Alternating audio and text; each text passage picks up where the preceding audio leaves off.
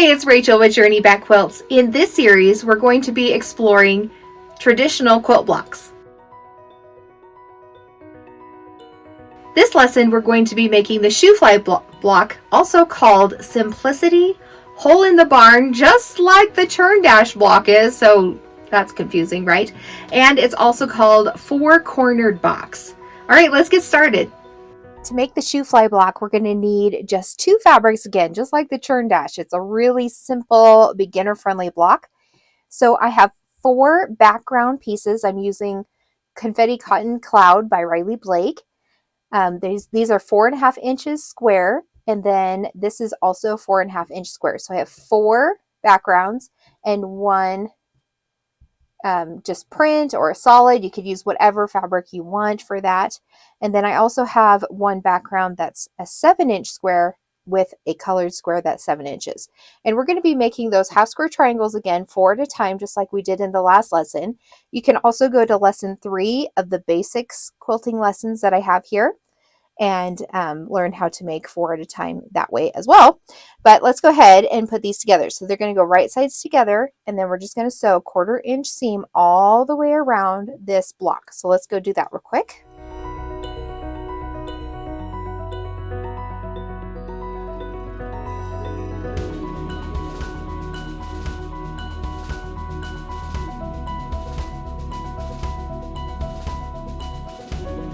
And now we just want to set the seams, which just means we're going to iron everything flat that we just sewed down. We're just ironing that seam, and that helps so that any of the fabric that got scrunched up with our seams lays flat again before we trim it. Next, we need to cut this at a diagonal from each point, cutting it into 4ths. This will give us our 4 half square triangles.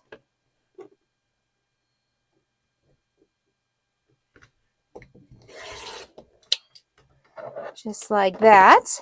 And then we need to open these seams. And actually, I like to iron my seams towards the darker fabric when possible instead of opening up the seam.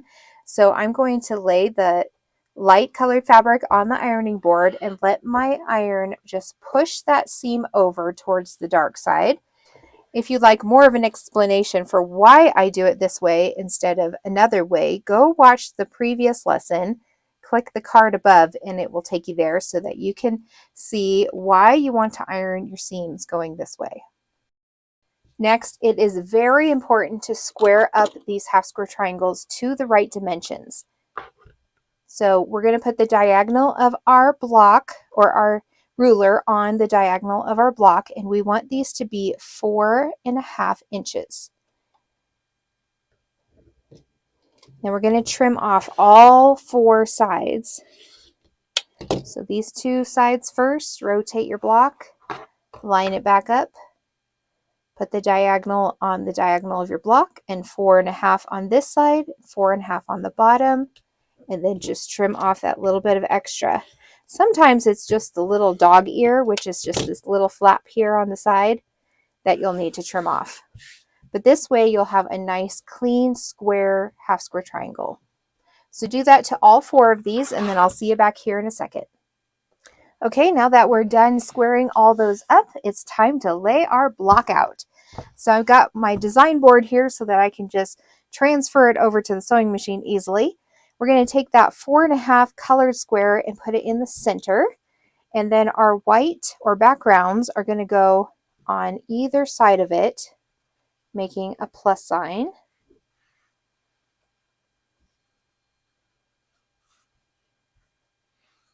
Like so. And then our half square triangles are going to be pointing towards the center.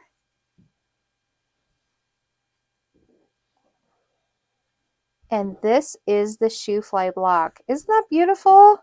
So now we're just going to sew it together like a 9 patch. I'm going to sew the right hand side to the center on all of these rows. So we're going to make a row of 3. So I'll chain piece these first, and then I'll add this row together to make a row of 3. All right, let's go to the sewing machine.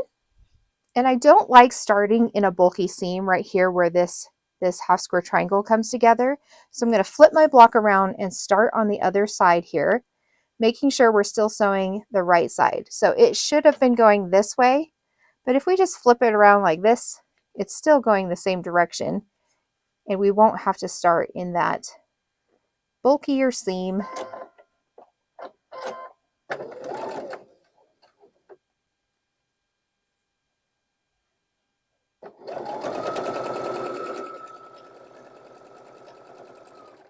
Okay, now I'm just going to chain piece. So I'm sewing right off of this block, leaving my needle down, raise my foot, and sew this next piece down.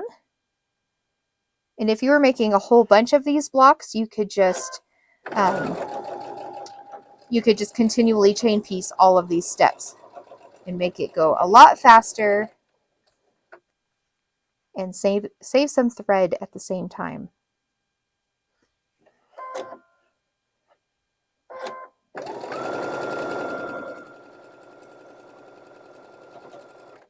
Okay, now that those 3 rows are sewn together, I'm going to break thread, clip apart the connecting threads. Now this last one I just sewed is the bottom row of my block, so I can just open it and put it right back on my design board over here, exactly the way it was laid out.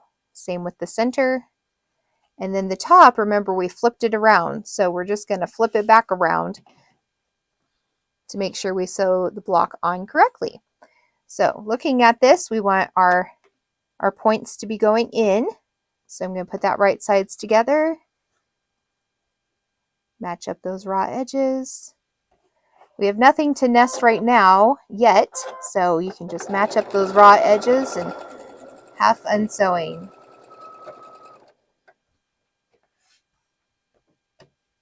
Same with the center.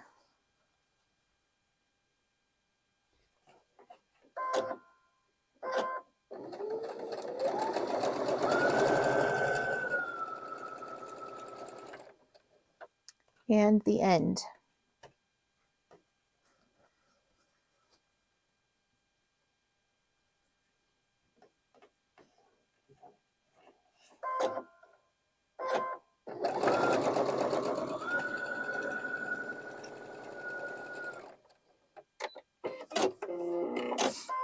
Okay, now we're going to clip apart those connecting threads and lay the, well, actually we need to go back to the ironing board now. Okay, so I'm going to lay it out real quick so we can see which way it's going. It's looking good. So now we want to iron the seams going opposite directions so that they will nest right in the center, so we get those perfect points connecting to the center. So for this middle row, I'm actually going to iron the seams going in towards the center. Okay, so to do that, I'm just going to keep this side of my block on the ironing board and lift up the other two so that this seam is laying flat, and use my iron to push that seam over. And then rotate it and do that same thing to the other side. And the other reason for doing it in this way is we're trying to get it away from our background fabric so that we don't see any of the seams hiding underneath that. White fabric is really hard for seams because you can see the seams if you iron it the wrong direction. Sometimes you can't get away with that, but when we can, I like to hide them the best we can. So that center is going towards the middle, and now we want the outside blocks or the outside rows to go towards the outside corners.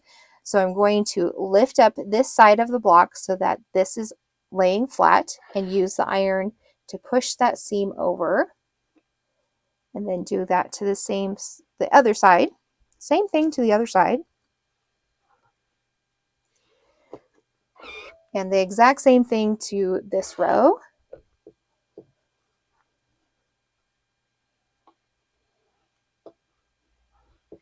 Okay, and then if we can lay it back out, you'll see that our seams are going in opposite directions. So these are going out, this is in, and this is out. This will help us to nest our seams so that we get those perfect points. If you've watched my other lessons, you know exactly what I'm talking about, but for those who are new, I'm going to tell you again.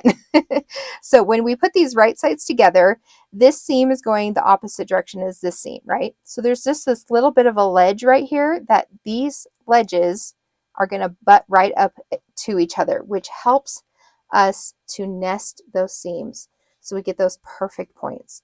Kind of locks it in place so that when you're sewing it, they stay where they're supposed to be. Now, I don't worry about pinning. I just worry about nesting this first seam on the left side because we're going to start sewing here and sew down to here. Once I get past this point, then I'm going to stop and readjust this layer so that I get this one nested as well, and then I'll keep sewing. And that way I don't have to use pins or clips or anything like that. I can just keep sewing and keep sewing. All right, let's go to the sewing machine. All right, just make sure you're sewing on the right side too. You want those points to be away from your block in the center. So I've got those nested right there on the left side of the block, lining up the raw edges best I can. That's the other thing is if your seams are nested but the outside edge is not lined up, don't worry about that as much as worrying about those nested seams. You want the perfect points.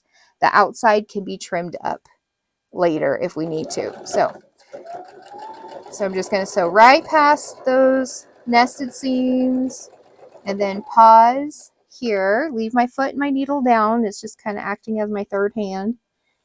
And then I'm going to nest these seams. Now you can kind of look on the side of your machine over here and see if they're lining up. You can feel them. If they're nice and flat, then you'll know it's nested. If it's kind of bulky and bumpy, it's probably not nested yet. Or if there's a big gap in between it, then you'll know it's not nested either. Okay.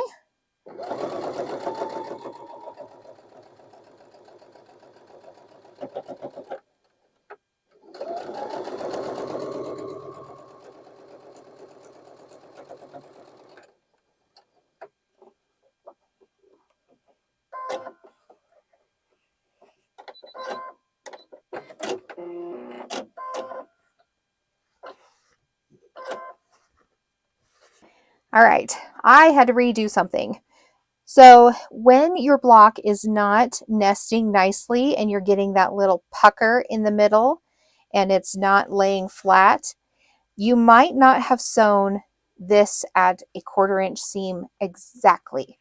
So just real quick, sew it back down at a 1/4 inch seam and double check that everything is laying correctly.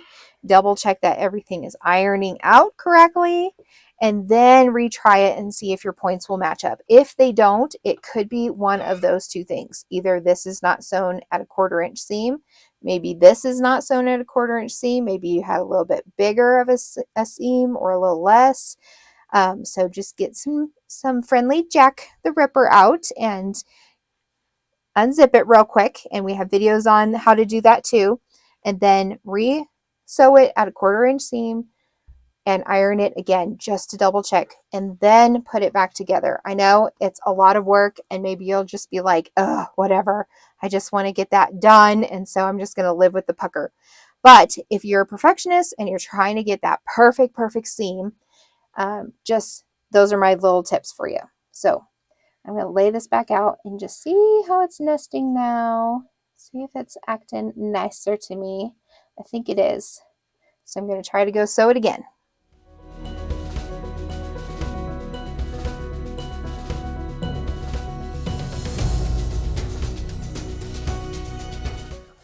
Ah, much better.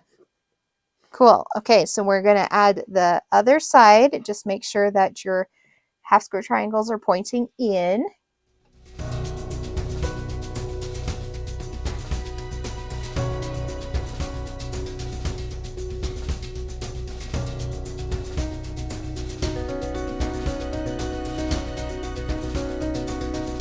Okay, let's go to the ironing board. So I'm going to be ironing everything towards the center.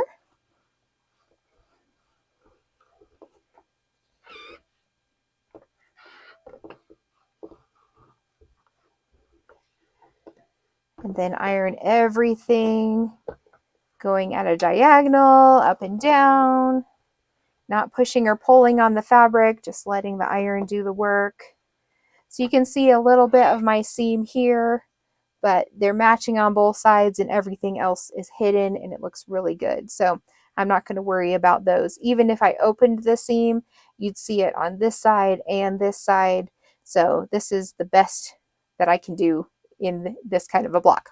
All right, last step, which is very important, is to square up our block to make sure that it is measuring 12.5 inches. If it's a little shorter than 12.5 inches, your seam allowance might be off, your ironing might be off just a touch, or maybe you use steam in your iron or starch or something like that that made your block shrink as you were going. So those are my tips to try to get perfect blocks, and this one is just perfect. Of course, there's just a hair, sometimes the fabric kind of moves up just a little bit because of the seam or something, it's just a little bulkier. So don't worry if it's just a teeny tiny bit off. As long as we're close to the 12.5 inches, that's all that we care about. Also, make sure that you have a 1/4 inch from your points to the edge of your block, so that when we put the next piece next to this block, we're not going to chop those points off with our 1/4 inch seam. Okay, and it looks great. Great job, you made the Shoo-fly block. Hey, thanks so much for joining me in making this Shoo-fly block. I hope that you enjoyed this and that you're going to make one for yourself. Hey, you can show off all of your pictures of these blocks that you're making with me on our free Facebook group, and there's a link in the description box below. If you would like more tips, tricks, and tutorials, I invite you to join our society, where you will get a library full of quilting tutorials to help you in your quilting journey. Next week, we're going to be making the bear's paw block. I'll see you then. Hey, thanks so much for joining me today in making this Shoo-fly block. Hey, thanks so much for joining me in making this Shoo-fly block. I can't say it. Next week, we're going to be making